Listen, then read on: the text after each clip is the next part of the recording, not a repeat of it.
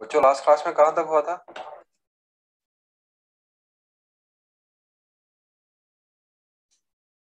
Good morning sir. Good morning. Good morning sir. Good morning. चलो last class में कहाँ तक हुआ था वो बता दो।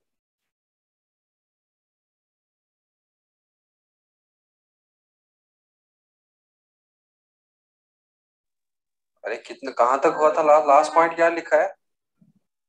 जाइलोज इज एल्डोपेंटोज तक सर, 2 नोट दिया था वो। अच्छा, आप लोगों ने शुगर अल्कोहल हेडिंग डाला है? हाँ? शुगर अल्कोहल लिखा होगा आप लोगों ने। तो अब आप लोग का सेकंड जो है वो लिखना है वहां में sugar acids.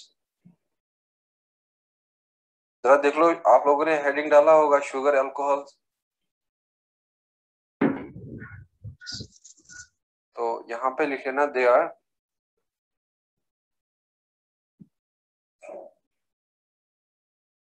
formed due to the oxidation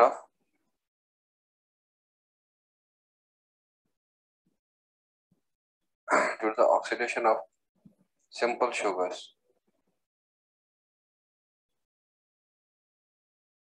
देखो बच्चों, अगर मैं यहाँ में ग्लूकोज ले लूं और ग्लूकोज का स्ट्रक्चर आप लोगों को पता है कि जैसे CHO होता है और फिर जाके यहाँ में बताया था मैंने आप लोगों को CHOH होल 4 होगा और फिर लास्ट में बताया था यहाँ में CH2H होगा। तो अगर हम इस ग्लूकोज का ऑक्सीडेशन करेंगे तो हमें ऑक्सीडेशन से अल्कोहलिक ग्रुप कन्वर्ट होता है COH ग्रुप में। ये आप केमिस्ट्री में सीख जाएंगे जब आपको केमिस्ट्री टीचर पढ़ाएंगे। तो अब जो कि देखो यह 6th कार्बन एटम पे अल्कोहल था और अगर इसका ऑक्सीडेशन होता है ना तो ये बनता है COH। तो इसका मतलब क्या है कि ये वाला स्ट्रक्चर क्या था इधर ग्लूकोज, तो बच्चों ये एसिड बना अब ये ग्लूकोज। तो इस ग्लूकोज के एसिड को कहते हैं ग्लूकोयूरानिक एसिड। और इसी तरीके से अगर आप लोग गैलेक्टोज लेंगे, ये मैं मानूंगा गैलेक्टोज, जरा गैलेक्टोज का शुगर एसिड नाम बता दो क्या होगा बच्चों। अगर गैलेक्टोज का ऑक्सीडेशन करेंगे तो क्या बनेगा? गैलेक्टो यूरानिक एसिड।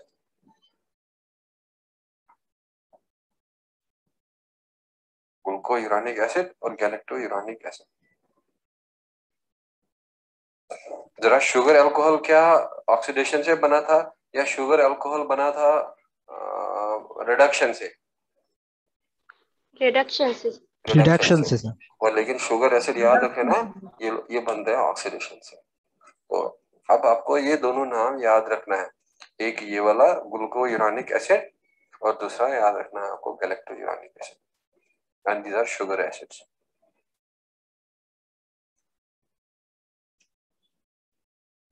और यहाँ लिख लेना ग्लूकोयूरानिक एसिड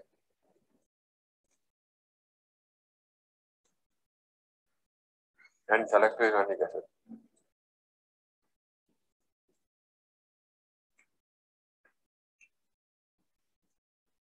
और शुगर एसिड्स।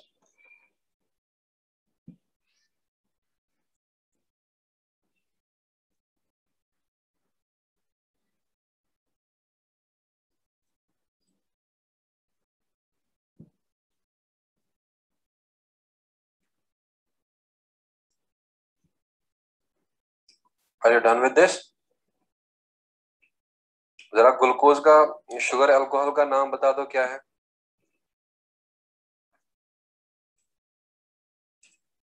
जो ग्लूकोज का शुगर अल्कोहल का नाम क्या था?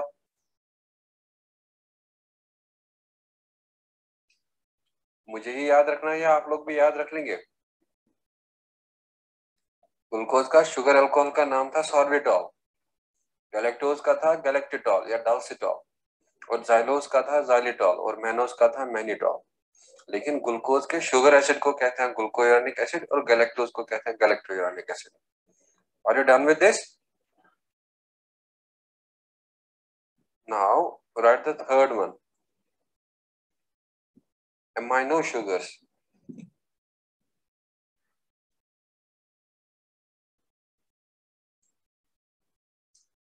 and their acetylated form.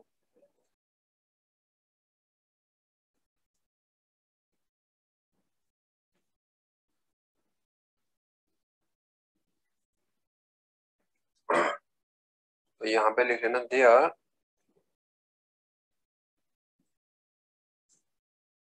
are formed by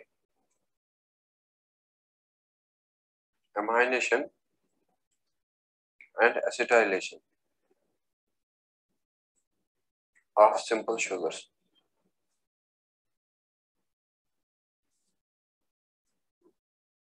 शुक्र कर देना।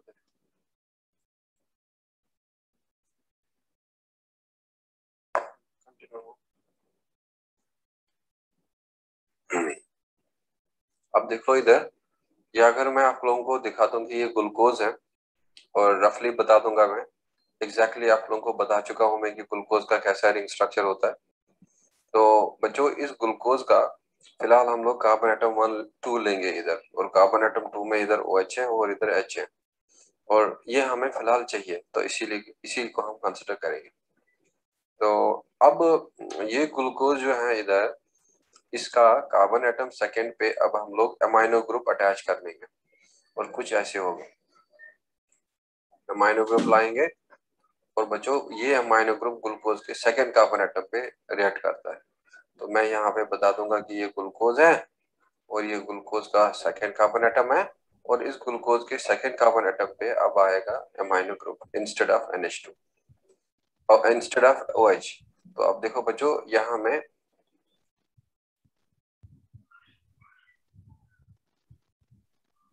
this is here H and this one is here NH2, और अगर ग्लूकोज का बनेगा अमाइनो शुगर तो बच्चों उसको कहते हैं ग्लूकोसामाइन।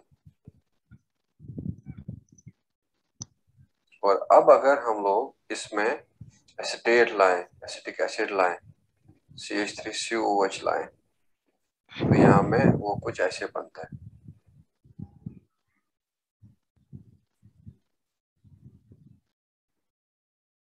और ये होगा H, तो बच्चों ये NH के साथ अब आएगा एसिटेट, वो यहाँ में अटैच हो जाएगा। और जब ये एसिटेट अटैच होगा तो इस शुगर का नाम होता है ग्लूकोसामाइन।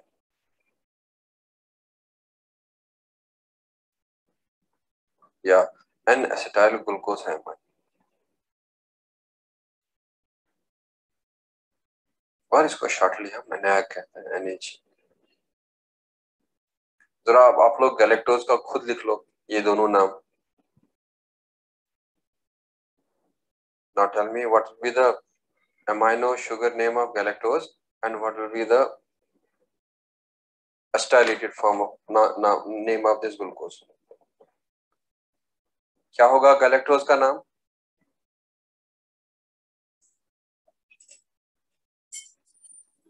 जो क्या होगा गैलेक्टोज का इधर?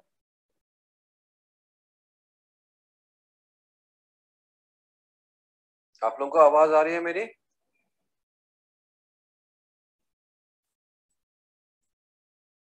Are you able to hear me? Yes, sir. हाँ, Yes, यहाँ पे sir. होगा गैलेक्टोसामाइन और यहाँ पे होगा N-एसिटाइल गैलेक्टोसामाइन।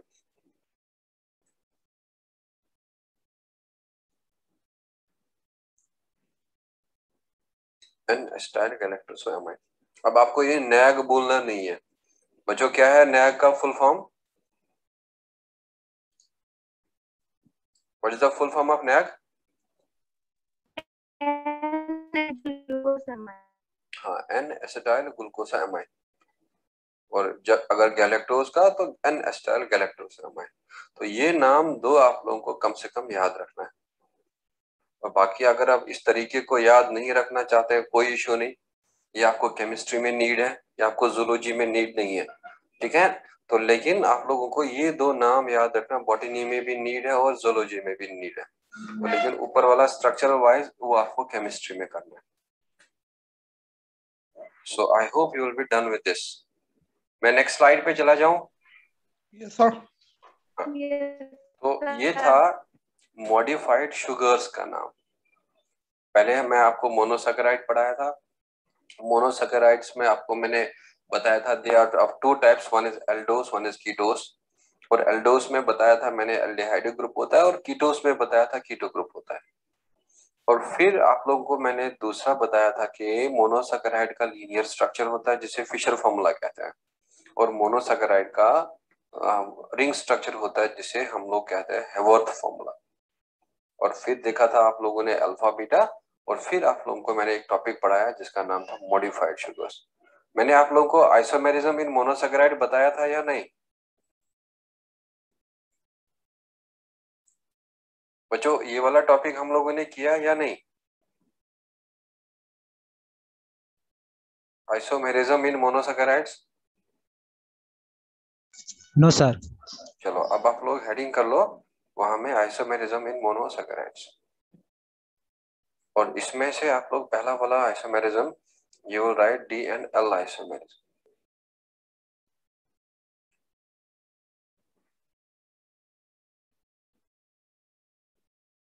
तो इसमें लिख लेना it occurs due to the change in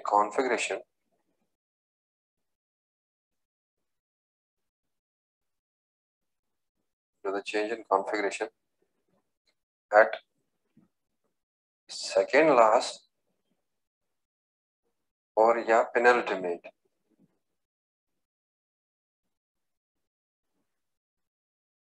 second last है penultimate carbon atom of a monosaccharide।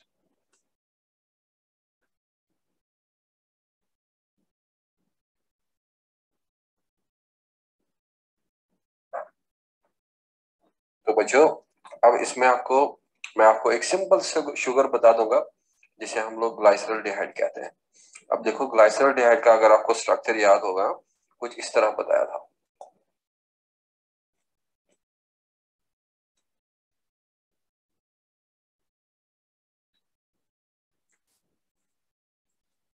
अब देखो अगर ये ग्लाइसरॉल्डिहाइड है, इसका कार्बन एटम फर्स्ट ये है, कार्बन एटम सेकंड ये है, और कार्बन एटम थर्ड ये है। तो अब ग्लाइसरॉल्डिहाइड का जो सेकंड लास्ट कार्बन एटम होगा वो सेकंड ही होगा।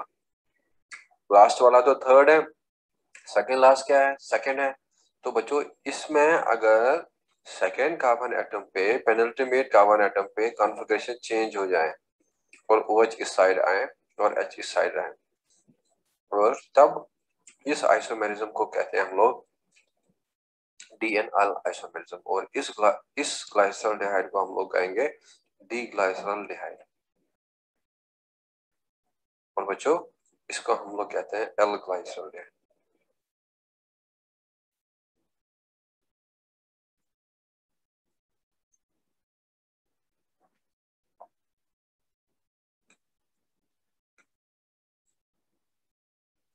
अब कहां में कॉन्फ़िगरेशन चेक करना होता है? Second last carbon atom, penultimate carbon atom पे। और अगर OH राइट होगा डी ग्लाइसरॉल्डिहाइड, और अगर OH लेफ्ट होगा एल ग्लाइसरॉल्डिहाइड। सर यहाँ OH होगा या HO होगा? कहां पे? सर एल ग्लाइसरॉल्डिहाइड हाँ, में एल में जो ये OH सेकंड होगा, एल में जो ये OH होगा ये आएगा लेफ्ट साइड, और जो राइट ये वाला आएगा राइट साइड। कॉन्फ़िगरेशन चेंज होगा, यहाँ में OH राइट साइड, यहाँ सर में यहाँ OH लेफ्ट आपने साइड। HO में किधर? ये H होगा ना, ये वाला H इस साइड जाएगा और ये वाला OH इस साइड जाएगा। देखो ये H मैंने लिखा था लेफ्ट साइड, लेकिन इसमें लिखा राइट साइड, और इसमें लिखा था OH राइट साइड, इसमें लिखा लेफ्ट साइड। तो यही डिफरेंस होगा डी एंड एल आइसोमर्स के बीच में। Is this clear? Yes sir. जरा आप लोग अब एल ग्लूकोज और डी ग्लूकोज बना लो खुद। चलो ट्राई कर लो डी ग्लूकोज और एल ग्लूकोज। या चलो आप लोग बता दो मुझे, डी ग्लूकोज और एल ग्लूकोज के लिए हम लोग किस कार्बन एटम पे कॉन्फ़िगरेशन चेंज करेंगे?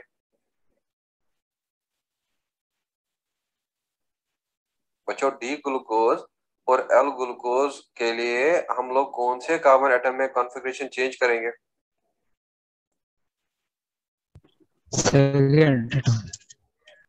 सेकंड पे या सेकंड लास्ट पे?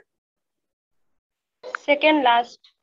सेकंड लास्ट पे। जरा ग्लूकोज में सेकंड लास्ट क्या होगा? कौन सा कार्बन एटम सेकंड लास्ट होगा ग्लूकोज में?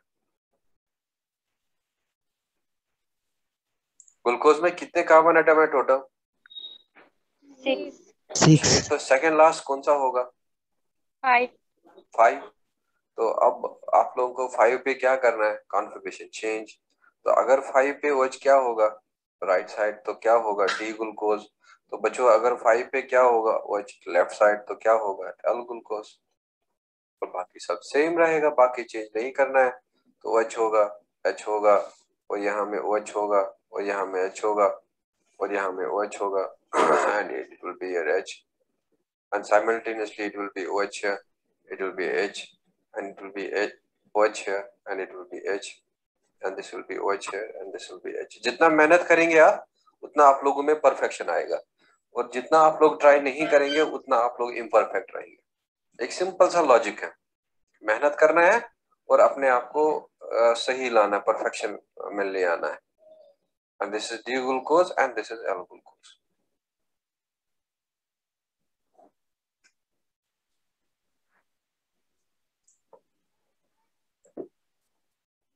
अब कहा में डी एन एल आइसोमरिज्म में चेंज करना होता है configuration?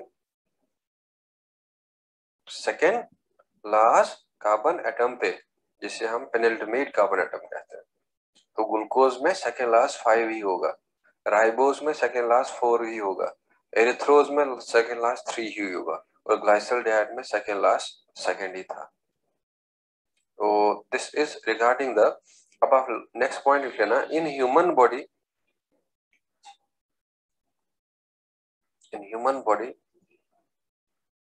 only D monosaccharides,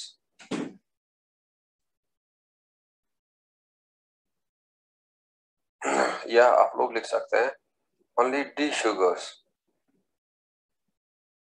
are present in human body. Only D monosaccharides या D sugars are present, but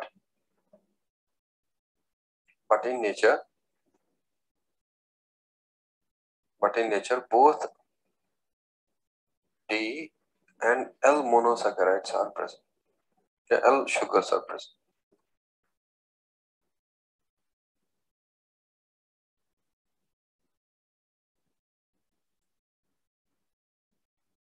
और बच्चों ये वाला पॉइंट आप लोगों को पूछा जाता है जूलॉजी से, तो इसीलिए इसको इंपॉर्टेंट कर देना। और बाकी जो ऊपर हमने नॉर्मल ये देखा आइसोमेरिज्म, ये केमिस्ट्री वाला पार्ट है।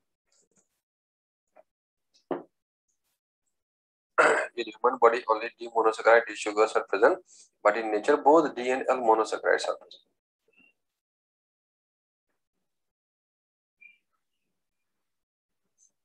Are you done with this?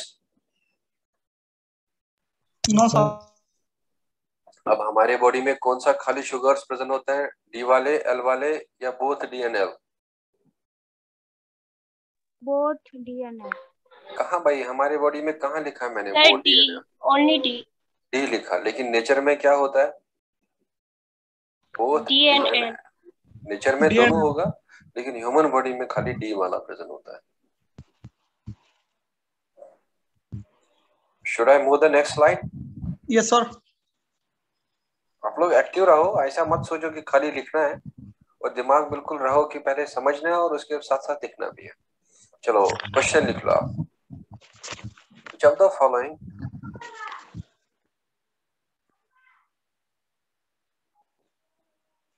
following carbohydrate is present in human body या in humans? तो पहला बच्चों लिख लेना आप एल फ्रक्टोज, और दूसरा लिख लेना आप एल राइबोस, और सी लिख लेना यहाँ में डी ग्लूकोज, और डी लिख लेना ऑल।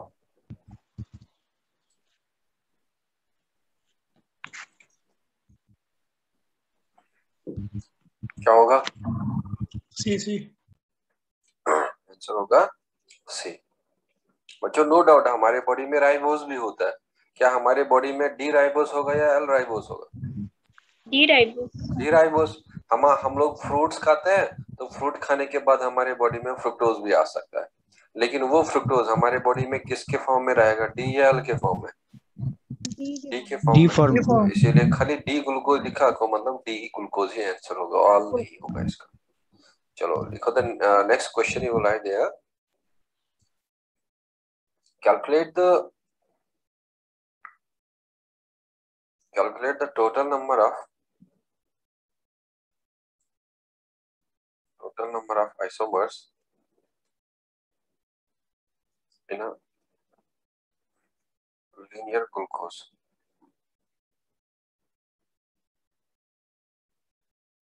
चलो बच्चों इसके लिए मैं आपको सॉल्यूशन बता दूंगा, तो आप लोगों को याद रखना है कि टोटल, और फिर उसके बाद आप लोग खुद करेंगे ये question. Total isomers of a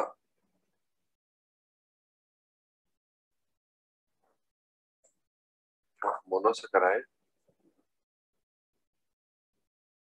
is equal to 2 raised to power n,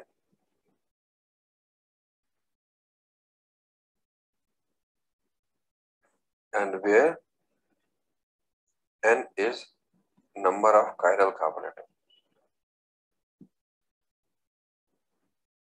जरा बच्चों अब मुझे बता दो इसका आंसर क्या होगा इस क्वेश्चन का। हिंट मैंने दे दिया आप लोगों को।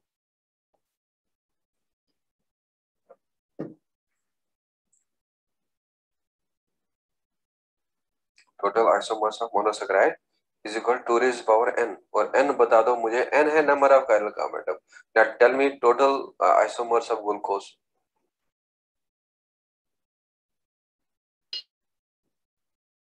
चलो अब इसको सॉल्व कर दो जल्दी से।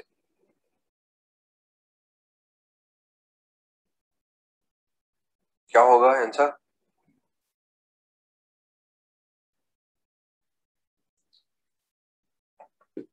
बच्चों ग्लूकोज में कितने कायरल कार्बन एटम था? 6। ना 4 था भाई, 6 कहाँ था? 4 था। और 2 रेज पावर 4 मतलब कितने आइसोमर्स होंगे? 16 isomers. Because we know that for glucose n is equal 6 or n is equal 4.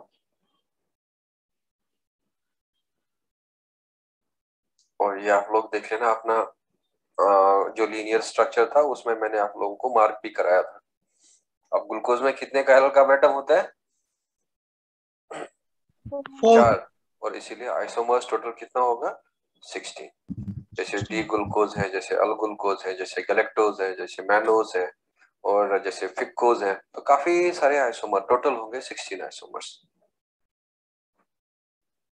और जब भी आप लोगों को पूछा जाएगा क्या फॉर्मूला है तो ये वाला होगा, बट ये खाली एप्लीकेबल है लीनियर स्ट्रक्चर के लिए, ये रिंग स्ट्रक्चर के लिए एप्लीकेबल नहीं है। आप लोगों का रेस्पॉन्स थोड़ा लेट आ रहा है। I don't know what is the problem behind this, but जो मैं पूछ रहा हूँ मुझे एक ही चीज कम से कम 3 बार पूछना है, तब आप लोगों में से कोई बोलता है। और या तो आप लोगों को घर पे पढ़ते ही नहीं है इसीलिए पता ही नहीं होता है, या तो एक रीजन वो हो सकता है, और या तो आप लोग कहते हैं कि अब कौन माइक्रोफोन ऑन कर लेगा, देखते हैं कोई बताएगा मैं नहीं बता दूंगा, हो सकता है गलत हो जाए, वो भी सही नहीं है। और इसीलिए पढ़ लो घर पे, और जो भी मैं पूछूं एकदम से आप लोगों का रिस्पॉन्स आना चाहिए,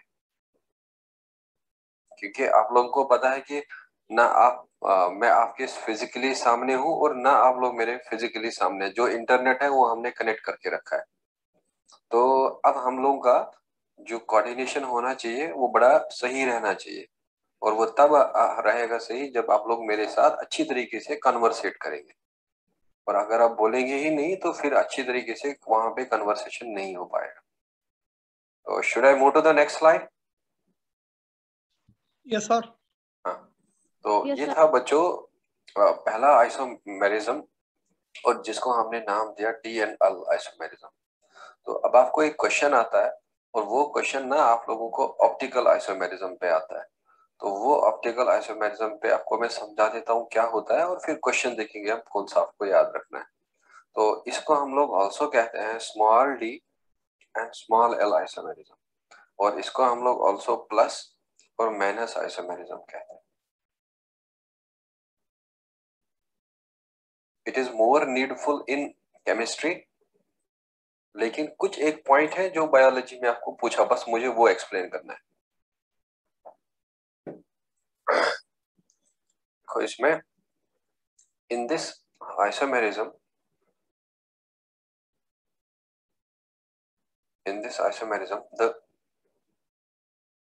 the plane of polarized light is rotated either to right or left due to the presence of chiral carbon atom.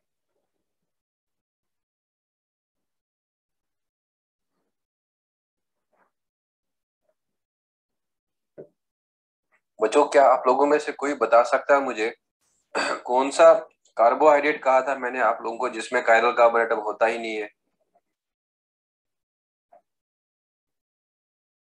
कौन सा कायरल कार्बन एटम ऐसा था जिसमें, कौन सा मोनोसैकेराइड ऐसा था जिसमें कायरल कार्बन एटम नहीं है? डिहाइड्रोक्सीएसीटोन। Very good. हाँ, तो अब इसमें लिख लेना all monosaccharides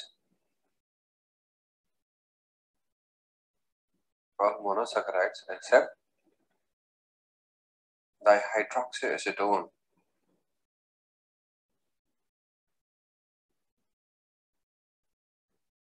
show this isomerism.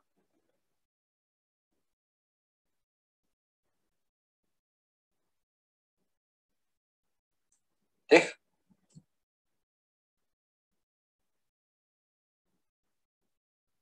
all monosaccharide except dihydroxyacetone show this isomerism, और इसको आप कंटिन्यू कर लेना as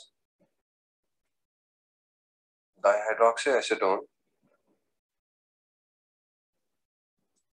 has no chiral carbon atom, और ये इसका रीजन भी हम इधर ही लिखेंगे बिकॉज आप लोगों ने देख लिया कि कायरल कार्बन एटम का नेसेसिटी है। So without the chiral carbon atom ये आइसोमेरिज्म फॉलो नहीं होगा, तो इसीलिए जब ये होगा तभी होगा। तो डाइऑक्सीएसीटोन में नहीं होता है तो ये वाला आइसोमेरिज्म शो नहीं करेगा।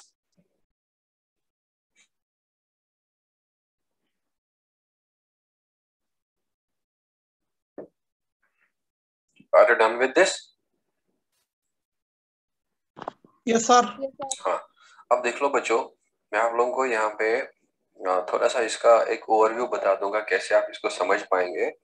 ये एक लाइट है और ये लाइट जो है ये हम लोग करेंगे, इसका डायरेक्शन जो है मैनी डायरेक्शन, इसके लाइट पार्टिकल जो है इन डिफरेंट डायरेक्शन जो है वो वाइब्रेट कर रहे हैं, और ये लाइट जिसका डायरेक्शन मल्टीपल है तो इसको हम लोग कहते हैं मल्टीपोलराइज लाइट।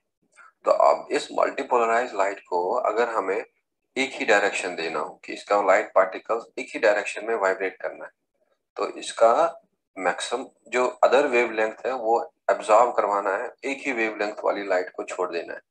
तो वो किसका काम होता है? वो यहाँ में निकोल प्रिज्म का काम होता है। तो हम लोग अब इस मल्टीपोलराइज लाइट को लाएंगे और इसको पास कराएंगे एक प्रिज्म के थ्रू। तो बच्चों ये प्रिज्म अब मैक्सिमम वेवलेंथ एब्जॉर्ब करेगा और एक ही वेवलेंथ को अलाउ करेगा, तो इसीलिए हम इस लाइट को कहेंगे प्लेन पोलराइज लाइट।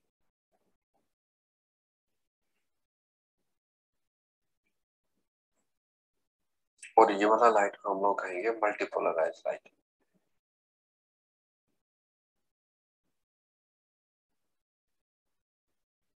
तो बच्चों अब हमने इस प्लेन पोलराइज लाइट को लेना है और हमें इसको पास कराना है एक कार्बोहाइड्रेट के सॉल्यूशन के थ्रू। तो मैंने एक कार्बोहाइड्रेट का सॉल्यूशन रखा है इधर, चाहे ग्लूकोज का, चाहे फ्रुक्टोज का, चाहे राइबोज का, चाहे सुक्रोज का, तो मैंने इधर में रख लिया। तो I will consider this as the carbohydrate solution.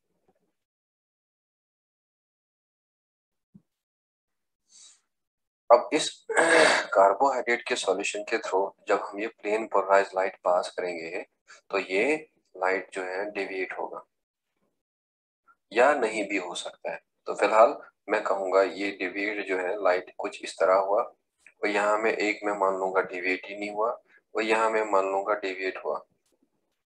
तो अब इसमें मैं कंसिडर करूंगा कि लाइट जो है उसका डेविएशन हम लोग मानेंगे राइट की ओर हो गया, ऐसे हुआ।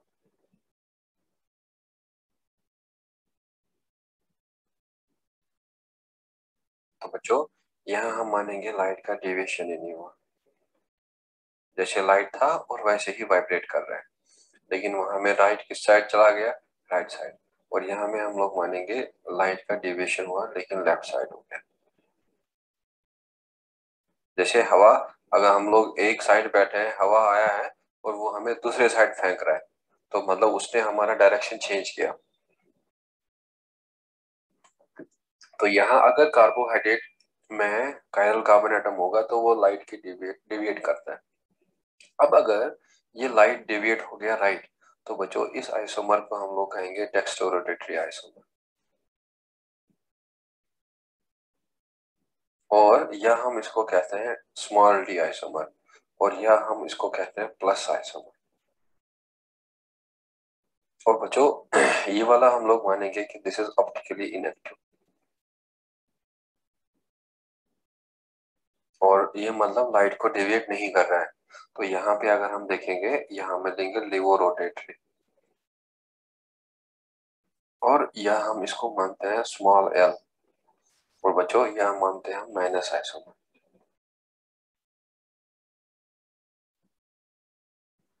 क्या आप मुझे बता सकते हैं ग्लूकोज का दूसरा नाम क्या था? बच्चों ग्लूकोज का दूसरा नाम क्या था?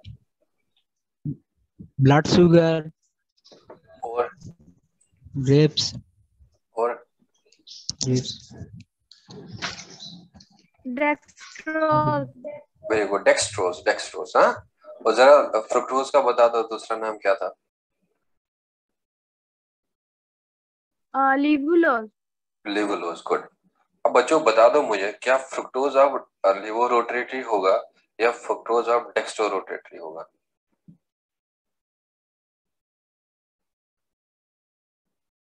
क्या फ्रुक्टोज अब लेवोरोटेटरी होगा या चलो ग्लूकोज ही बता दो, क्या ग्लूकोज डेक्स्ट्रोरोटेटरी होगा या लेवोरोटेटरी होगा? अरे ग्लूकोज का नाम है डेक्स्ट्रोज, तो क्या होगा? डेक्स्ट्रोरोटेटरी। फ्रुक्टोज का नाम क्या है? लेवोलोज, तो क्या होगा? लेवोरोटेटरी। अब बता दो मुझे, ये ऑप्टिकली इनएक्टिव कौन सा कार्बोहाइड्रेट होगा जो लाइट को रोटेट नहीं करेगा, जिसमें कायरल कार्बन एटम नहीं होगा? तो बच्चों किसका कायरल कार्बन एटम होता ही नहीं है? Dihydroxy acetone. तो इसीलिए जो ये वाला होगा ये डाइहाइड्रोक्सी एसीटोन के लिए होगा, ये वाला जो होगा ग्लूकोज के लिए, और ये वाला किसके लिए होगा? फ्रुक्टोज के लिए। Are you done with this? Yes sir. तो यहाँ पे आप लोग लिख लेना, ग्लूकोज इज डेक्स्ट्रोरोटेटरी।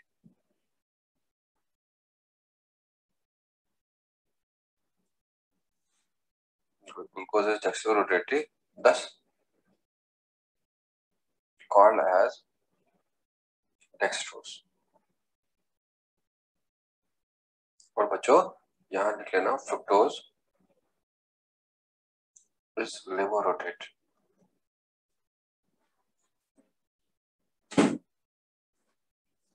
और thus called as लेवोलोज।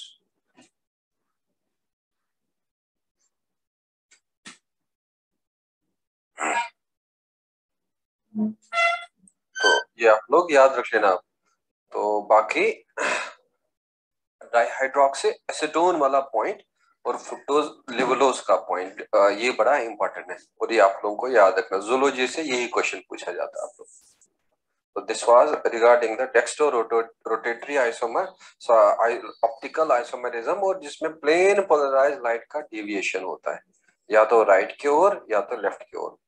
बच्चों जब राइट की ओर होगा तो कौन सा आइसोमर होगा? Dextro rotatory. और जब लेफ्ट की ओर होगा तो क्या होगा? जब लेफ्ट की ओर होगा तो कौन सा आइसोमर होगा? वो रोटेटरी आइसोमर। चलो अब हम लोग नेक्स्ट वाला जाएंगे यहाँ पे कि ग्लूकोज और फ्रुक्टोज का आप लोगों ने देखा, and this was all about the optical isomerism, and now the third one we can write there epimers.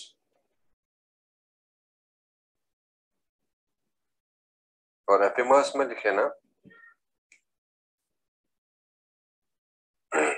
they are the two isomers, they are the two isomers that differ in their configuration,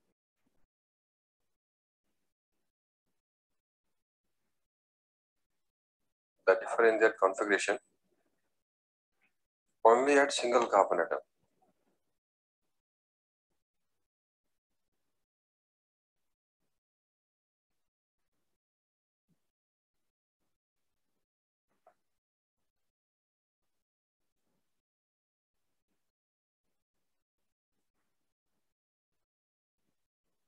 Only at single carbon atom.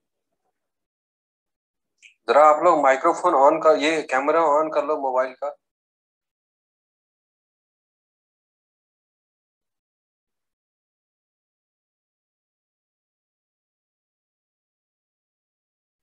अपना अपना mobile का camera on कर लो, और vision जो Badarpur centre पे होगा, if suppose anybody is there, तो आप लोग जो है कैमरा ऑन कर लो। CPSB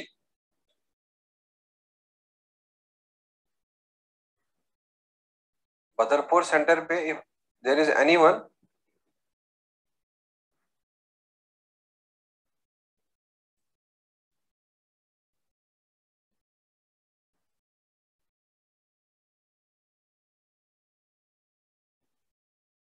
चलो बच्चों आप लोग को समझ आ रहा है ना?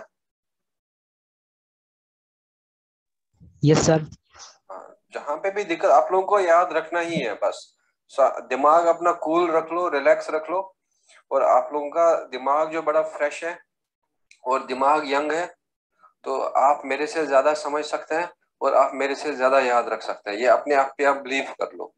और मेरा एज आप लोगों से बहुत ज्यादा है, तो मुझे याद रखने का कैपेसिटी आप लोगों के जितना नहीं होगा जितना आप लोगों में है। So now believe on yourself and believe कि आप लोगों के पास ब्रेन बड़ा फ्रेश है, और जितना मैं समझाऊंगा आप लोगों को समझ आएगा ही, और जितना आप लोगों को मैं बता दूंगा आप लोगों को याद रहेगा भी। तो जब आप छोटे बच्चे थे तब आपको ना जबान से बोल पाते थे कुछ, और ना आप लोग समझ पाते थे, तब भी आप लोग चीजों को खुद समझते थे। आप लोगों ने देखा होगा बच्चा, अगर हम लोग मोबाइल चलाते हैं उसको सिखाएंगे नहीं तब भी खुद से मोबाइल चलाना स्टार्ट करता है।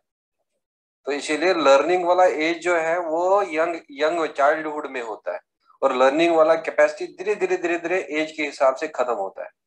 तो you have best capacity to learn the things and believe on yourself. अब आप लोग अपना मोबाइल का जो है कैमरा ऑफ कर सकते हैं। Now you can be at your age. तो अब देखो बच्चों यहाँ पे एपिमर्स क्या बताया मैंने आप लोगों को, ये दो आइसोमर्स हैं और जो डिफर करते हैं कॉन्फ़िगरेशन में। कॉन्फ़िगरेशन मतलब क्या होगा? Arrangement of H and OH। आप लोग हो सकता है कोई बच्चा ये हो जाए कॉन्फ़िगरेशन क्या होता है, तो configuration is arrangement of H and OH।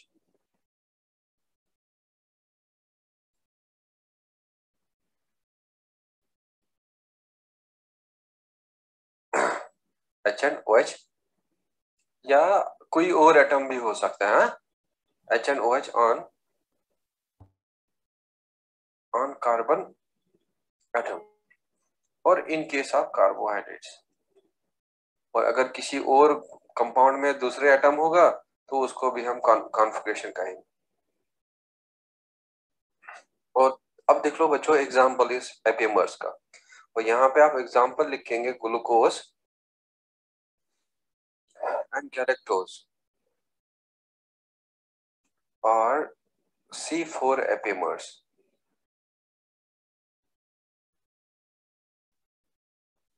as they differ only at carbon atom 4।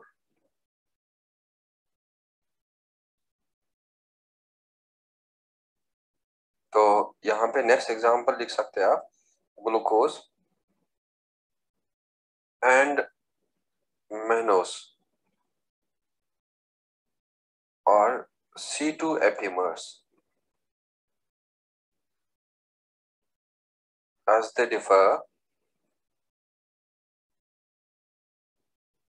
differ only at carbon atom 2।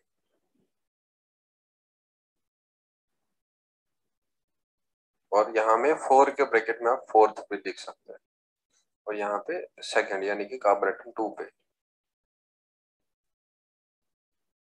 ये तो डेफिनेशन था। जब भी दो मोनोसैकेराइड में खाली डिफरेंस होगा एक ही कार्बन एटम पे और बाकी सब सेम होंगे, तो उन दो मोनोसैकेराइड को हम एपिमर्स कहेंगे। और एग्जांपल क्या क्या है? One example is glucose and galactose, and बच्चों second example is glucose and mannose. Are you done with this? Yes sir. हाँ, तो अब हमें जो मैं आपको लिखाया उसी को आपको समझा दूंगा। बड़ा इजी है, स्ट्रक्चर से आप लोग खुद देखेंगे हाँ ये तो सही डेफिनेशन है आप एपिमर्स का। फिलहाल तो सर ने जस्ट हमें बताया था, अब तो समझा भी दिया, तो ये तो बाकी डेफिनेशन ऐसे ही देना चाहिए था हमें। तो आप लोग खुद से भी ट्राई कर सकते हैं। आप लोग 6 कार्बन एटम का चेन 3 बार बनाएंगे, एक लेफ्ट साइड, एक राइट साइड और एक बीच में बना देना, और खुद से शुरुआत कर लो। Try to be confident day by day, और चीजों को खुद से हैंडल करने का सीख लो। And don't be dependent on me always and always, and try to be independent day by day.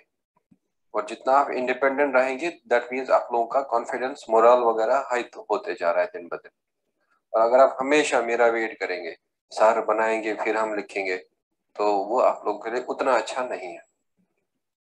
तो मैं आपको कहूंगा सारे के सारे शुगर्स एल्डो शुगर्स है, तो एकदम से आप लोगों को सेचो बनाना चाहिए। और आप लोगों को एकदम से याद रखना है कि एल्डो शुगर में लास्ट में CH2 होता है। और अब अगर मैं आप लोगों से कहूं कि ये ना मैं यहाँ पे गैलेक्टोज बनाऊंगा, और ये ना मैं यहाँ पे ग्लूकोज बनाऊंगा, और ये मैं यहाँ पे मैनोज बनाऊंगा, एकदम से ऊपर आपको देखना है डिटेल। सर ने कहा हमें कि गैलेक्टोज और ग्लूकोज में C4 में डिफरेंस होता है, तो हमें पता है कि ग्लूकोज में C4 में OH राइट होता है, तो इसका मतलब गैलेक्टोज में किस साइड होगा? Left side. और हमें पता है कि ग्लूकोज में सेकंड कार्बन एटम पे OH राइट होता है, तो OH। और इसका मतलब क्या है? मैनोस और ग्लूकोज में कहाँ डिफरेंस है? कार्बन एटम सेकंड, तो दैट मींस बिना डर के आप लोगों को OH इधर रखना है।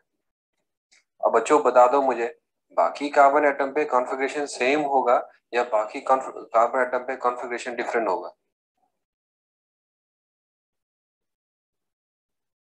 चलो कॉन्फिडेंटली अब बता दो। Do epimers differ only at single carbon atom, या do epimers differ at 2, 3, 4 carbon atoms?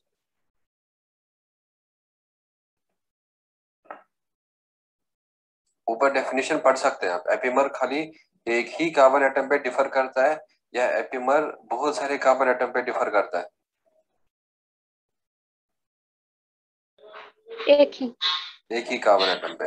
अब बता दो मुझे, क्या अब बाकी कार्बन एटम का कॉन्फ़िगरेशन सेम होगा इनका या डिफरेंट होगा?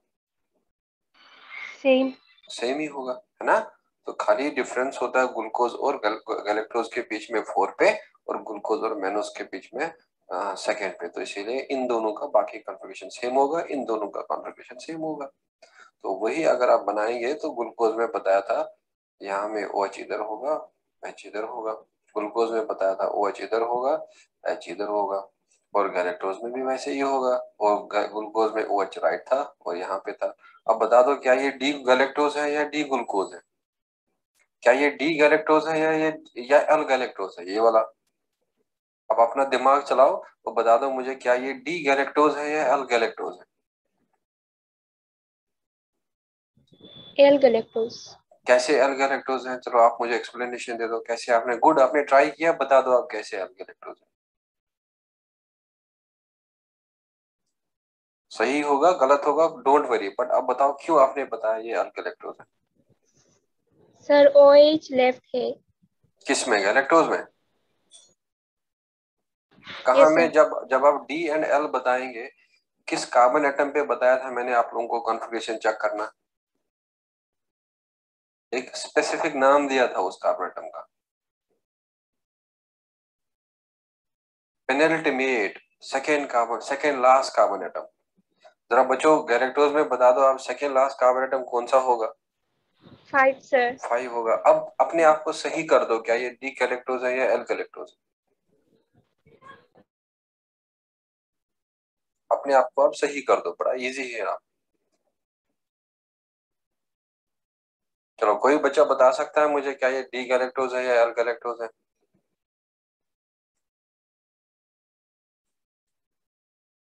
हाँ,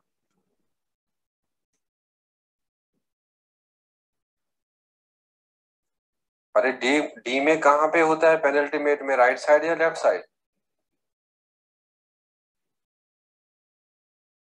बच्चों डी में लेफ्ट साइड होता है या राइट साइड होगा? Left side. तो ये बताया था ना भाई, D and L isomerism which occurs due to the change in configuration at second last penultimate carbon atom। और फिर मैंने ग्लाइसरल्डिहाइड का एग्जांपल लिया था, तो बताया जब पेनल्टीमेट कार्बन एटम पे OH राइट साइड होगा तो D आएगा, और अगर पेनल्टीमेट पे OH होगा लेफ्ट साइड तो L आएगा। फिर आपको इधर बताया था ग्लूकोज का स्ट्रक्चर, तो बताया था डी ग्लूकोज के केस में, ग्लूकोज के केस में ये वाला कार्बन एटम जो है ये पेनल्टीमेट कार्बन एटम होगा।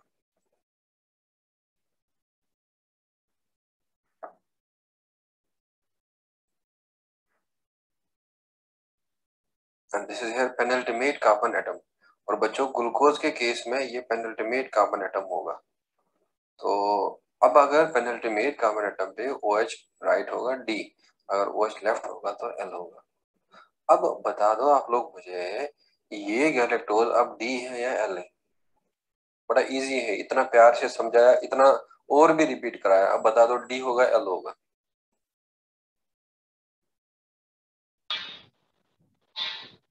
L, sir. L कैसे होगा वो आप मुझे, सुहाना आपने L बताया, चलो गुड, आप बता दो कैसे L होगा?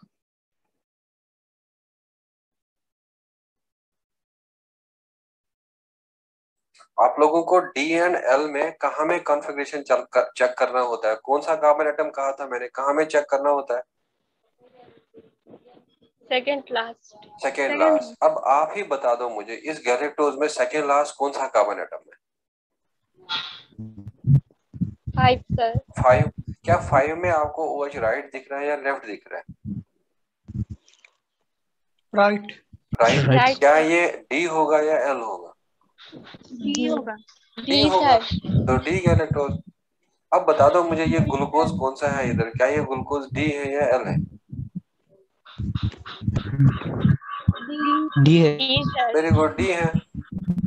अब बता दो कॉन्फिडेंटली, क्या ये मैनोस डी है या ये एल है? D, sir. गुड, क्योंकि इसमें भी पांचवा कार्बन एटम पेनल्टीमेट होगा, OH राइट है तो डी होगा। तो जब भी आपको एपिमर लेना है सारे के सारे डी ही लेना है, या तो सारे के सारे एल लेना है। ऐसा नहीं करना है आपको कि डी लेंगे और एक एल लेंगे एक एल लेंगे ना, जब भी कोई भी लिखना है या तो सारे एल में लिखना है और या तो सारे डी में लिखना है।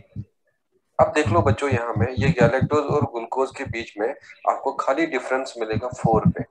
गैलेक्टोज में 4 लेफ्ट है और ग्लूकोज में राइट है, बाकी सब सेम है। देखो सेम सेम सेम। और यहाँ में देखो मैनोस और ग्लूकोज के बीच में कहाँ में डिफरेंस है, सेकंड पे। तो सेकंड में OH इसमें लेफ्ट है और ग्लूकोज में बाकी सब सेम है ग्लूकोज की तरह। जरा जब कार्बन एटम पे डिफरेंस होगा फोर्थ पे, तो ये दोनों एपिमर्स का कौन सा नाम दिया था मैंने? कौन सा? C4 epimers. तो बच्चों इनको मैंने कौन सा एपिमर माना था? C2 epimers. अब आप लोग से मेरा क्वेश्चन है, क्या गैलेक्टोज और मैनोस एक दूसरे के एपिमर हैं? सोच समझ के आंसर बता देना, डरना नहीं, और दिमाग सोचना पहले और फिर वो आंसर दे देना। क्या गैलेक्टोज और मैनोस एक दूसरे के एपिमर हैं? No, sir. Why? Good, why? Why? Sir glucose और मेनोस में एपिमर सेम है। क्यों नहीं है वो बताओ, रीजन क्यों नहीं है? कोई बच्चा बताएगा मुझे क्यों नहीं है? गैलेक्टोज एंड ग्लूकोज का एपिमर सेम है C4, और देखो ग्लूकोज देखो एंड बच्चों, मेनोस यहाँ का पे एपिमर जरा जरा मुझे आप गैलेक्टोज का बता दो, सेकेंड कार्बन एटम पे OH किस साइड है? Right right. साइड। जरा मुझे Right. मैनोस में बता दो, सेकेंड कार्बन एटम पे किस साइड OH है? Left side. Left side. क्या सेम है या डिफरेंट है? different. डिफरेंट है। डिफरेंट। अब बता दो 4 में, गैलेक्टोज में 4 में किस साइड OH है? Left side.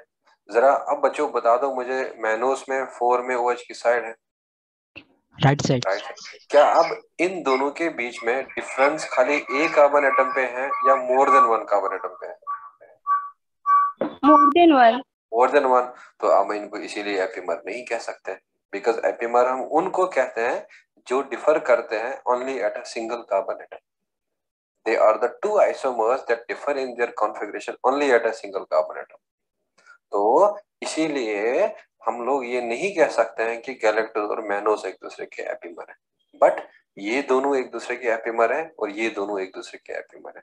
क्योंकि देखो गैलेक्टोज का सेम ग्लूकोज के जैसा, सेम ग्लूकोज के जैसा, सेम ग्लूकोज के जैसा थर्ड पे, लेकिन फोर्थ पे क्या है? डिफरेंट है। फिफ्थ पे क्या है? सेम है। सिक्स्थ पे क्या है? सेम है। तो इन दोनों के बीच में एक ही में डिफरेंस है, और साइमल्टेनियसली इन दोनों के बीच में भी एक ही पे डिफरेंस है, वो सेकंड। ये दोनों एपिमर हो गए, ये दोनों एपिमर, लेकिन गैलेक्टोज और मैनोस एक दूसरे के एपिमर नहीं। Is this clear? Yes sir. Yes sir. So this was regarding the epimers. तो बच्चों अब आप लोग फोर्थ वाला आइसोमेरिज्म मैं आप लोगों को एक्सप्लेन कर चुका हूं, तो लेकिन तब भी मैं आप लोगों को यहाँ में डेफिनेशन लिखाऊंगा, और वो लिख लेना आप एनोमर्स। और एनोमर्स में लिख लेना दे आर द आइसोमर्स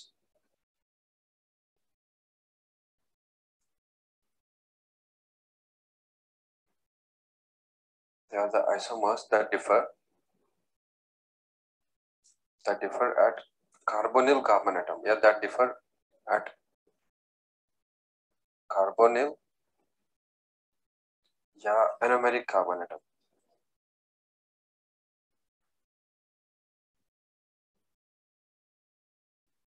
और एनोमेरिक कार्बन एटम आपको याद रखना है new chiral carbon atom.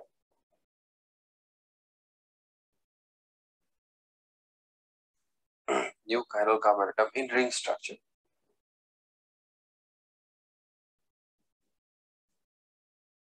like C1 in aldose and C2 in ketose।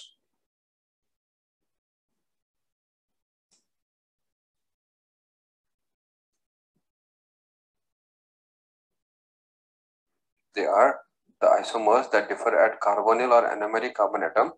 Anomeric carbon atom new chiral carbon atom है in ring structure, like C1 in aldose and C2 in ketose sugars।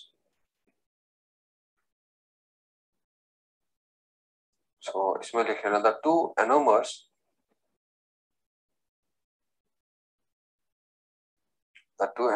are alpha and beta anomers। For example, anomers of glucose,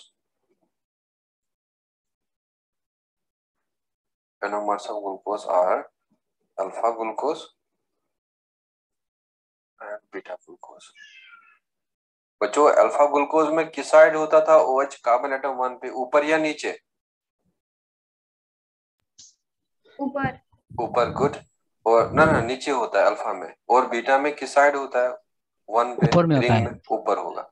तो वो मैं आपको explain किया कर चुका हूँ, बस यहाँ में डेफिनेशन लिखा है।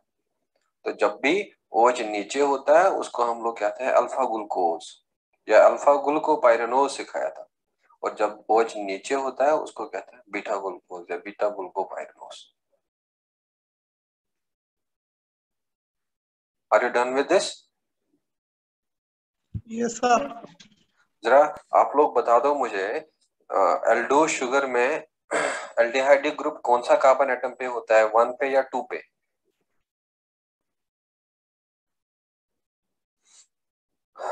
जो एल्डो शुगर में एल्डिहाइड ग्रुप 1 पे होता है या 2 पे? अरे इधर लिखा है, स्ट्रक्चर भी बना है। क्या ये कौन सा ग्रुप माना जाता है, इसको कौन सा ग्रुप कहते हैं, एल्डिहाइडिक या कीटोनिक ग्रुप? ये एल्डिहाइड। एल्डिहाइडिक। अब जो भी एल्डो शुगर होंगे उनका एल्डिहाइडिक ग्रुप कहाँ में होता है? कार्बन एटम 1 पे, है ना? तो बच्चों इस कार्बन एटम 1 को हम लोग कहते हैं carbonyl carbon atom, carbonyl carbon atom. और जो एल्डो शुगर के केस में 1 पे होता है। अगर आपको फ्रुक्टोज का स्ट्रक्चर याद होगा, बताया था मैंने आप लोग को, CH2 C double bond O और फिर बाकी एटम्स थे। तो बच्चों ये वाला सेकेंड एटम था। अब बता दो कीटो शुगर में कहाँ में कार्बोनिल कार्बन एटम होता है? सेकेंड पे, तो इसीलिए ब्रैकेट में लिखा है यहाँ में सेकेंड। और आप लोगों ने देखा था जब रिंग स्ट्रक्चर बना था तो ये डबल बॉन्ड OH बना था, और इधर से ये कीटोन O के साथ लिंक हुआ था, और फिर एक नया कायरल कार्बन एटम बना था ये। और उस नए कायरल कार्बन एटम का नाम क्या दिया था मैंने रिंग स्ट्रक्चर में? Anomeric carbon atom, anomeric carbon atom. Carbon atom.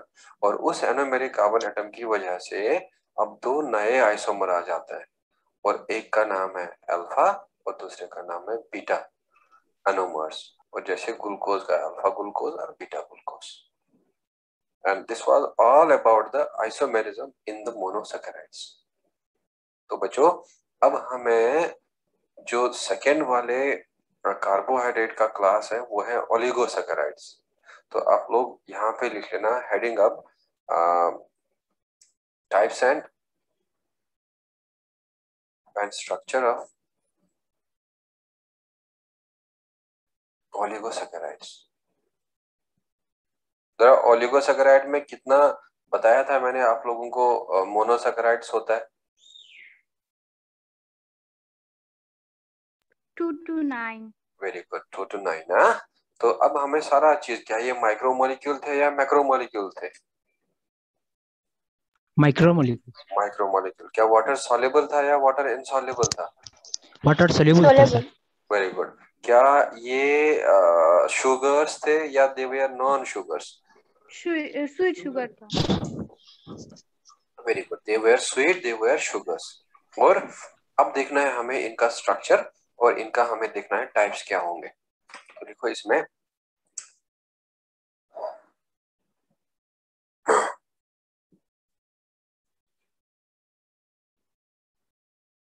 in these, yeah, in oligosaccharides,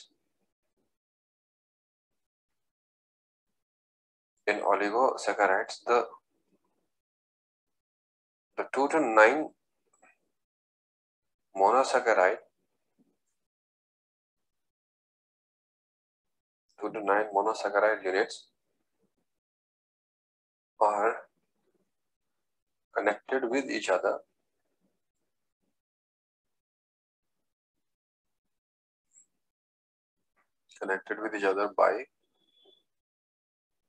by glycosidic bonds। और बच्चों हमें आगे ग्लाइकोसाइडिक बॉन्ड बार बार यूज करना है, तो इसीलिए हम इसको शॉर्टली यहाँ पे लिखेंगे ग्लाइकोसाइडिक बॉन्ड्स।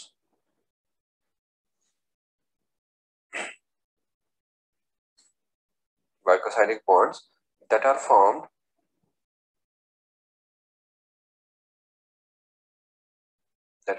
by the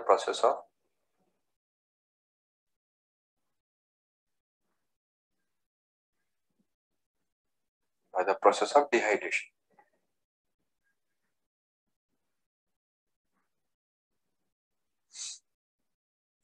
आप लोग ये खत्म कर लो और इसके बाद मुझे बता देना, मैं नेक्स्ट स्लाइड पे चला जाऊंगा।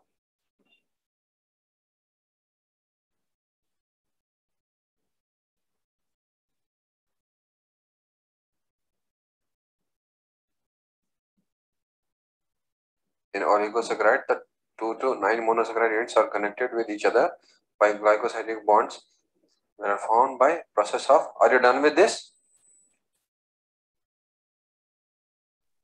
Yes, sir. By the process of dehydration। और बच्चों डिहाइड्रेशन मतलब removal of water.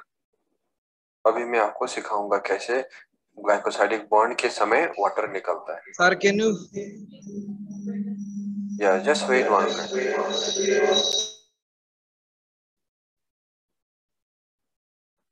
In oligosaccharides, 2 to 9 monosaccharides are connected with each other by glycosidic bonds that are formed by the process of dehydration.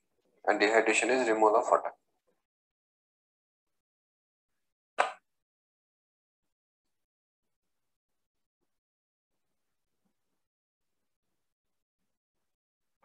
चलो, CBSE ने result declare किया है, तो I hope कि सारे बच्चों का अच्छा परसेंटेज आया होगा। तो मेरी तरफ से आप लोगों को कांग्रेचुलेशंस। किसका परसेंट कितना आया हुआ है, हाईएस्ट परसेंटेज कितना गया है क्लास में?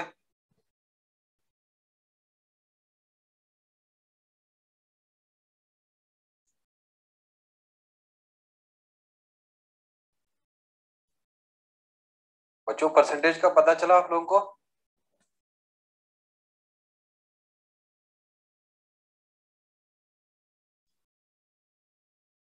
चलो देखो नेक्स्ट पॉइंट, यहाँ में डिहाइड्रेशन और डिहाइड्रेशन के ब्रैकेट में लिखा रिमूवल ऑफ वाटर। तो next point you can write their types of, या on the basis of, on the basis of number of monosaccharides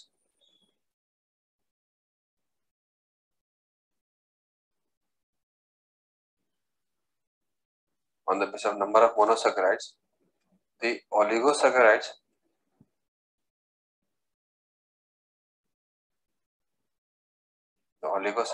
are of following types।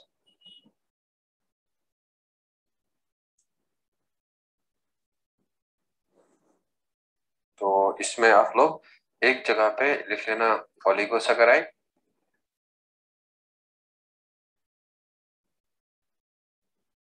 और बच्चों दूसरे कॉलम में आप लोग लिख लेना नंबर ऑफ मोनोसैकेराइड,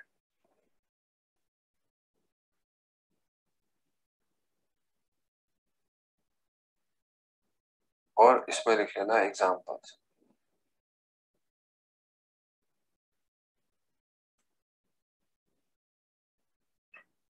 तो पहला आप लोग यहाँ पे लिख लेना डाइसैकेराइड्स। जरा नाम से ही बता दो मुझे, डाइसैकेराइड में कितने मोनोसैकेराइड होंगे? 2 होंगे। और इसका एग्जाम्पल जो है याद रखना है आपको, जैसे मेल्टोस होता है, जैसे बच्चों लैक्टोस होता है, और जैसे आप लोगों को सुक्रोज याद रखना है, और जैसे आप लोगों को ट्रेहलोस याद रखना है। और लाइकवाइज द सेकंड जो होगा ट्राइसैकेराइड, और ट्राइसैकेराइड में 3 होगा। और बच्चों इसका एग्जाम्पल रेफिनोस होता है। और जैसे टेट्रासैकेराइड होगा, और टेट्रासैकेराइड में 4 होगा, और एग्जाम्पल स्टैकियोस है। और जैसे फिर चौथा होगा, और वो होगा पेंटासैकेराइड।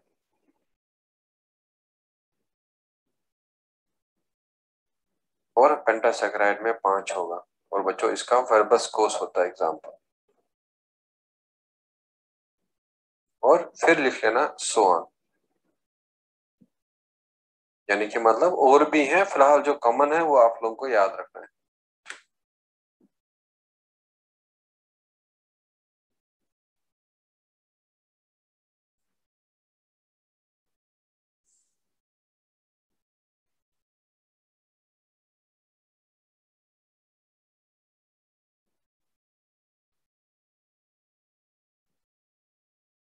Done?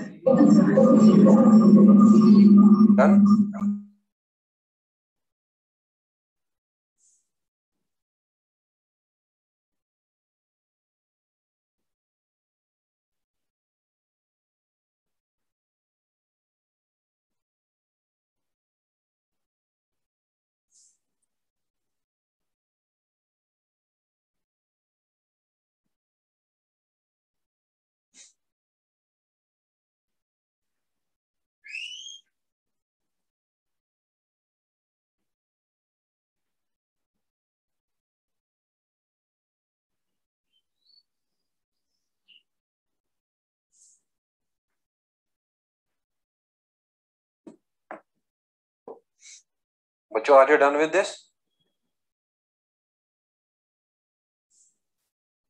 Yes, sir.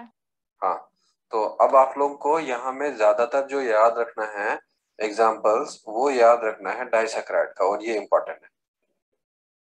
इसका याद रखना चाहते हो वेल एंड गुड, नहीं याद रखना चाहते हो कोई इश्यू नहीं। तो अब अगर 2 होंगे डाई, 3 होंगे ट्राई, 4 होंगे टेट्रा, 5 होंगे पेंटा, 6 होंगे हेक्सा, 7 होंगे हेप्टा, ऑक्टा होगा, नैनो होगा, लेकिन उसका जरूरत याद नहीं रखना है फिलहाल, यहाँ तक याद रख। लेकिन ये वाले एग्जांपल बड़े इंपॉर्टेंट है, मैल्टोस, लैक्टोस, सुक्रोज, टेलोस। और इन ओलिगोसैकेराइड में अब हमें डाइसैकेराइड देखना होता है जरूरी, और इनके बारे में नॉलेज याद रखना जरूरी है। तो should I move to the next slide? Yes, sir. तो अब इसमें आप सब हेडिंग कर लेना और लिख लेना डाइसैकेराइड्स।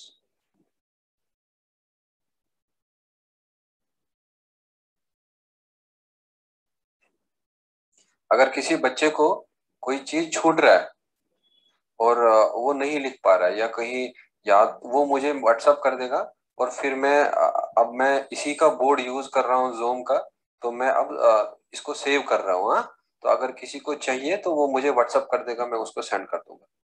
लेकिन आप लोग कोशिश कर लो खुद से अपना कॉपी, क्योंकि बाद में भी लिखना है, अभी भी लिखना है। तो अगर कोई भी किसी को गलती हो रहा है, नहीं लिख पा रहा है, सो वो मुझे व्हाट्सएप में मैसेज सेंड कर देगा, मैं उसको ये सारा सेव्ड फाइल जो है वो सेंड कर दूंगा। तो डाइसैकराइड में लिख लेना they are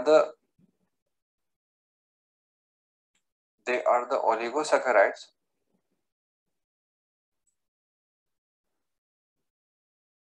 that are made up of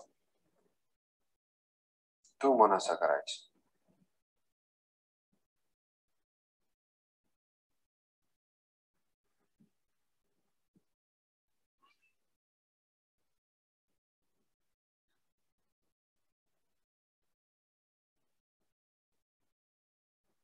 Monosaccharides. They are the oligosaccharides that are made up of two monosaccharides which remains connected by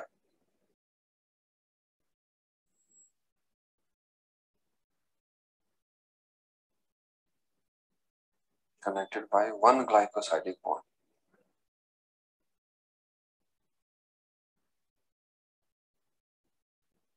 और यहाँ में लिखना है they are most common oligosaccharides.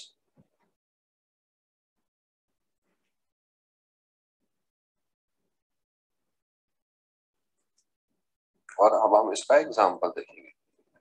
बच्चों जरा क्या था पहला एग्जाम्पल इसका डाइसैकराइड का? Maltose. Very good, maltose. तो अब आप लोग हेडिंग कर लेना माल्टोस, और इसको हम लोग माल्ट शुगर कहते हैं। और अभी आपको समझ आएगा, 2 मोनोसैकराइड है और एक ग्लाइकोसाइडिक बॉन्ड इनको कनेक्ट करेगा। और इसमें लिख लेना it is made up of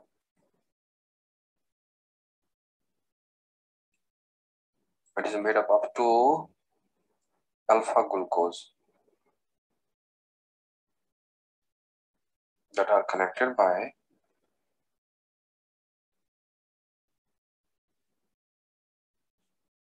alpha 1,4 glycosidic bond.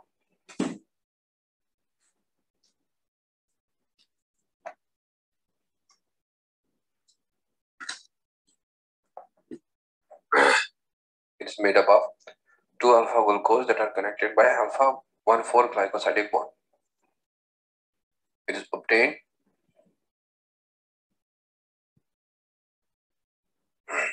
from the digestion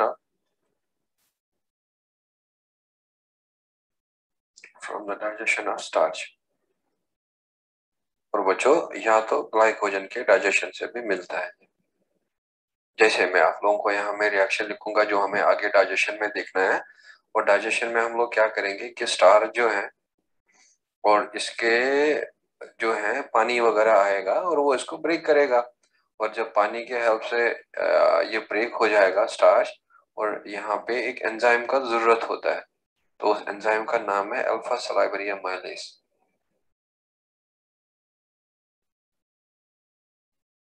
और बच्चों इस अल्फा सलाइवरी अमाइलेज को हम लोग ऑल्सो कहते हैं टाइलिन।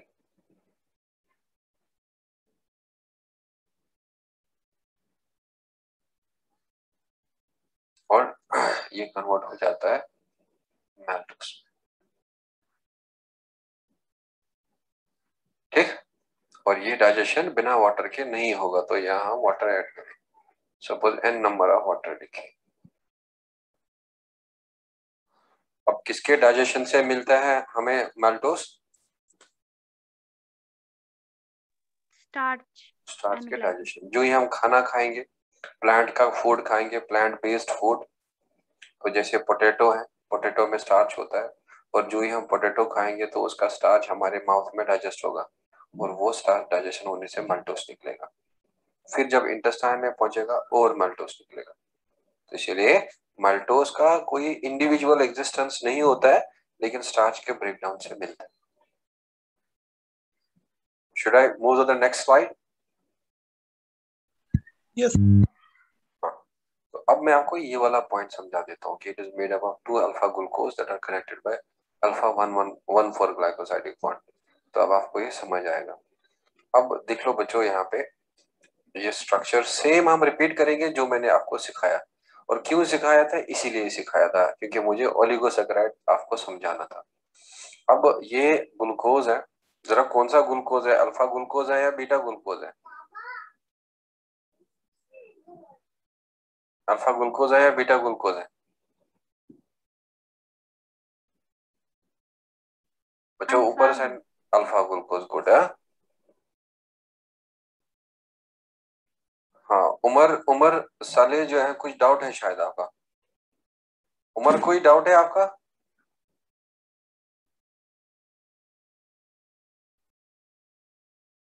ओके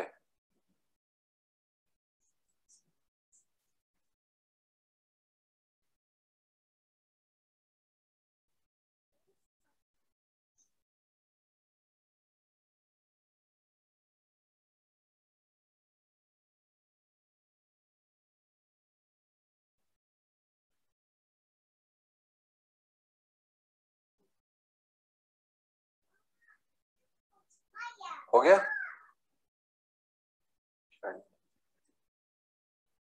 तो अब देखो बच्चों, ये यहाँ में ग्लूकोज है,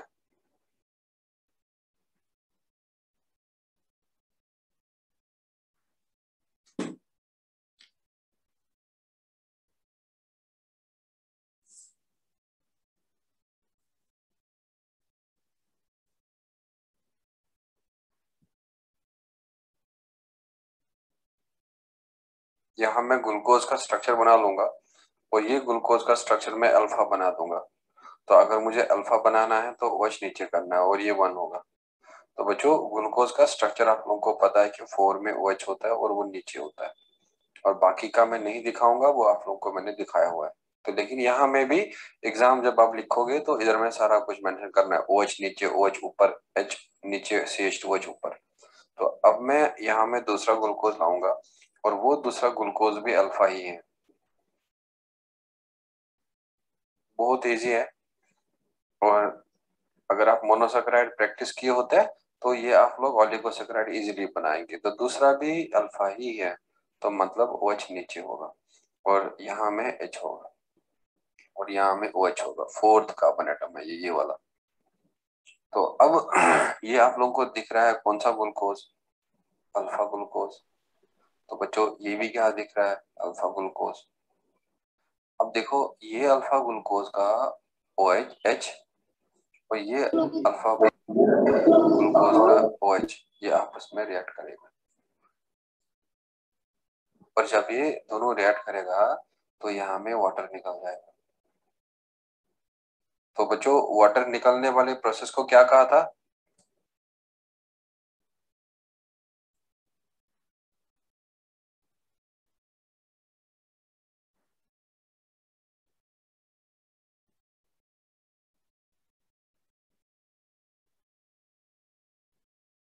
वाटर निकलने वाले प्रोसेस को क्या कहा था,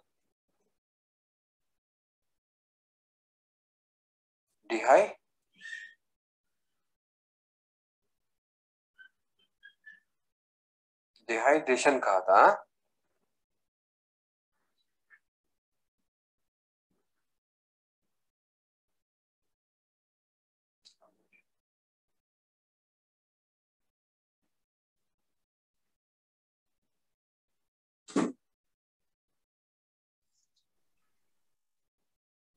So here what we will do, just wait 1 minute.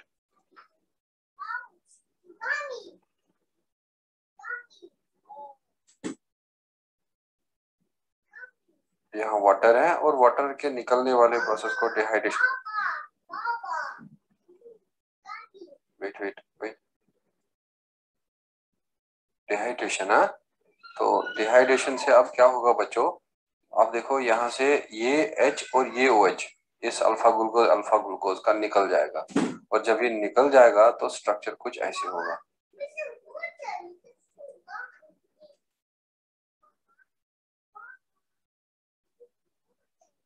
Okay,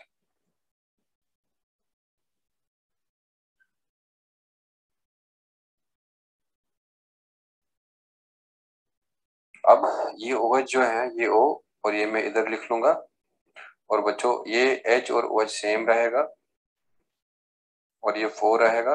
अब ये O जो है ये दूसरा ग्लूकोज को कनेक्ट करेगा, और दूसरा ग्लूकोज का यहाँ में क्या था, ऊपर H, और ये बाकी ग्लूकोज का हिस्सा है।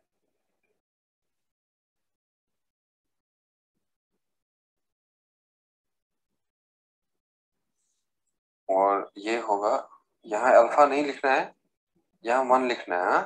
This is 1 here, not alpha. और यहाँ में 1 होगा, दिस विल बी H है and this will be OH है। अब बच्चों ये यहाँ में H होगा और ये 1 है, और ये वाला यहाँ में 4 है। ये स्ट्रक्चर जो है दिस विल बी मेल्टोज है। बच्चों अब बता दो मुझे ये वाला बॉन्ड कौन सा बॉन्ड होगा, अल्फा 1,4 ग्लाइकोसाइडिक बॉन्ड। मींस 1 से स्टार्ट हुआ 4 तक चला, और कौन सा शुगर है यहाँ में, अल्फा ग्लूकोज, और ये दोनों जब जुड़ गया बना गया माल्टोस। अब बता दो क्या ग्लाइकोसाइडिक बॉन्ड फॉर्मेशन डिहाइड्रेशन से होता है या हाइड्रेशन से होता है, डिहाइड्रेशन से। यहाँ में इन दोनों के बीच में वाटर मॉलिक्यूल निकलेगा, और फिर ग्लाइकोस, और ये ग्लाइकोसाइडिक बॉन्ड 1 से स्टार्ट हुआ 4 तक गया, इसीलिए ब्रैकेट में लिखा 1,4। और ये ग्लूकोज यहाँ अल्फा था, इसीलिए आगे लिखा है अल्फा, और फिर अल्फा 1,4 ग्लाइकोसाइडिक बॉन्ड। अब बता दो मुझे माल्टोस का कंपोजिशन, कौन से मोनोसैकेराइड होते हैं माल्टोस में, ओलिगो, कौन सा मोनोसैकेराइड्स होता है माल्टोस में, अरे ऊपर लिखा है ना कौन सा मोनोसैकेराइड है माल्टोस में, what is one, alpha glucose, and what is second one, alpha glucose. और इसे लिखा मैंने, it is made up of 2 alpha glucose that are connected by 1,4 glycosidic bond. अब बच्चों कौन से मोनोसैकेराइड्स होते हैं माल्टोस में, अल्फा ग्लूकोज या खाली ग्लूकोज याद रख लेना। और कौन सा बॉन्डिंग होता है माल्टोस में, अल्फा 1,4 ग्लाइकोसाइडिक बॉन्ड। ये चीज याद रखना है, that's why I am focusing here more and more. Now what is the composition of maltose, 2 alpha glucose, and which is the bond present here in the maltose, Alpha 1,4 Alpha glycosidic 1,4 glycosidic bond. Are you done with this? Yes, sir. So this was regarding the structure of maltose, and these are the points regarding the this maltose. If you remember, the second disaccharide was lactose. और बच्चों इस lactose को हम लोग कहते हैं milk sugar.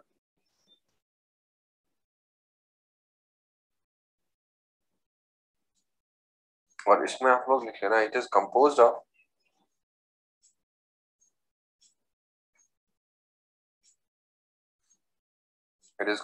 Of beta galactose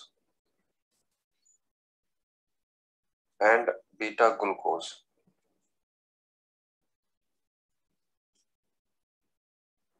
That are connected by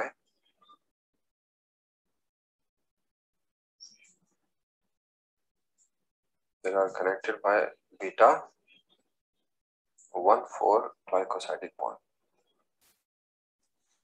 अब मैं आप लोगों को इस तरह समझाऊंगा नहीं, तो अब मैं ये वाला नहीं बनाऊंगा, अब मैं डायरेक्टली ये वाला बनाऊंगा, सेकंड वाला। तो बच्चों देखो आप सेकंड वाला कैसे हम बना सकते हो, और आप लोगों का अब उसमें समझ भी आएगा। मैं क्या करूंगा, मैं यहाँ पे गैलेक्टोज बनाऊंगा। जरा गैलेक्टोज और ग्लूकोज में कहाँ पे डिफरेंस है, क्या कोई बच्चा बता सकता है?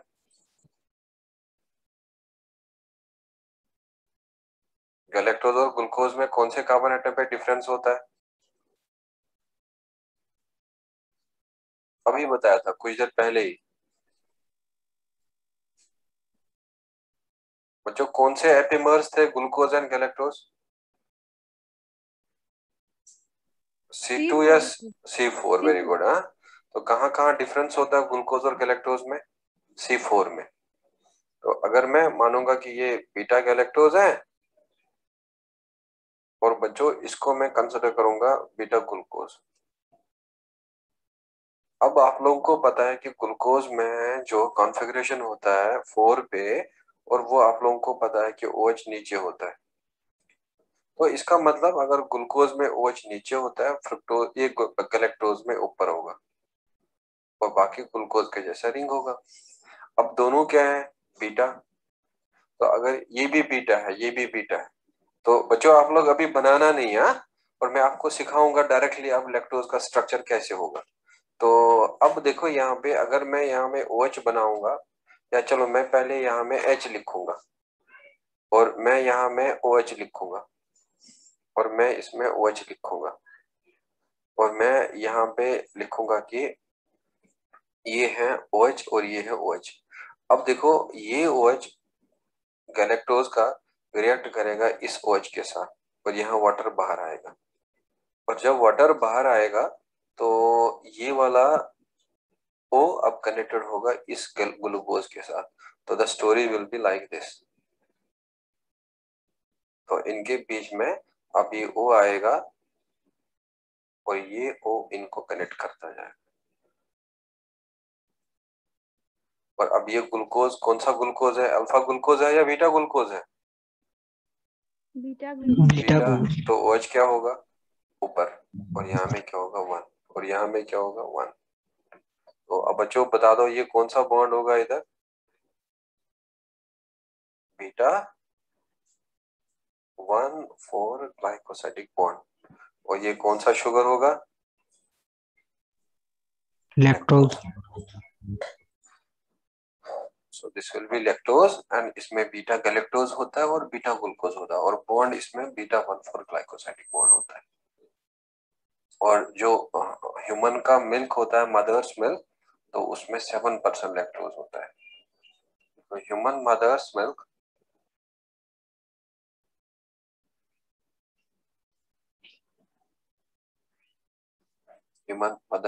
contains 7% lactose।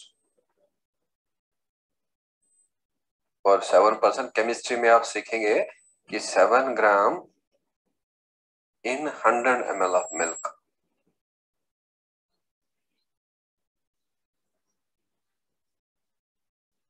अगर मदर्स का मिल्क लेंगे ये 100 ml, तो उसमें 7 ग्राम लैक्टोज निकलेगा, तो उसी को कहते हैं हम 7% लैक्टोज। क्या कोई बच्चा मुझे बता देगा व्हाट विल बी 10%? अगर मैं कहूंगा 10% लैक्टोज, व्हाट दिस मीन्स? अगर मैं आप लोगों को कहूं 10% lactose, what that means? 10 gram in 100 ml, 10 gram in 100 ml, 5% means 5 gram in 100%, 30% means 30 gram in 100 ml, 60% means 60 gram in 100 ml। तो जो ह्यूमन मदर्स मिल्क होता है उसमें से, इसीलिए इस लैक्टोज को हम मिल्क शुगर कहते हैं। Are you done with this?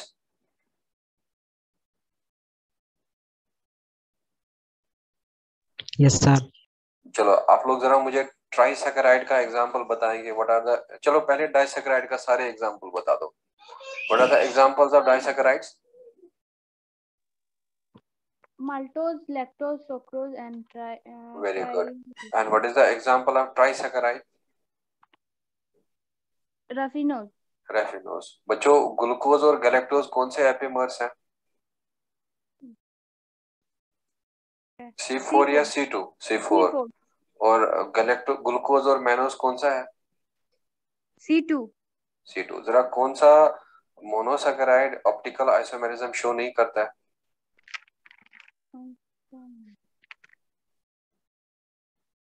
कौन सा मोनोसैकेराइड ऑप्टिकल आइसोमेरिज्म शो नहीं करता है?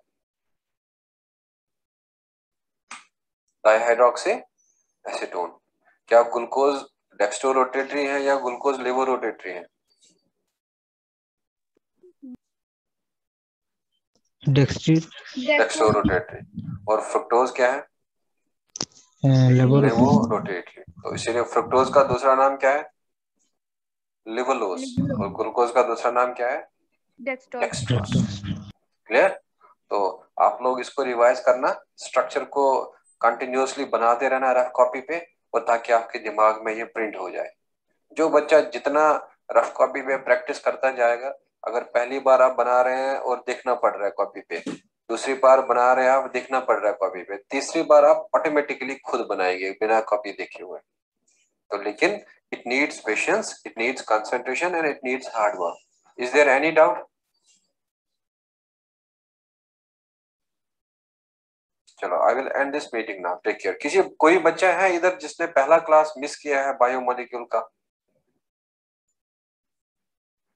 Is there any guy from your batch who had missed the first or second class of the biomolecules?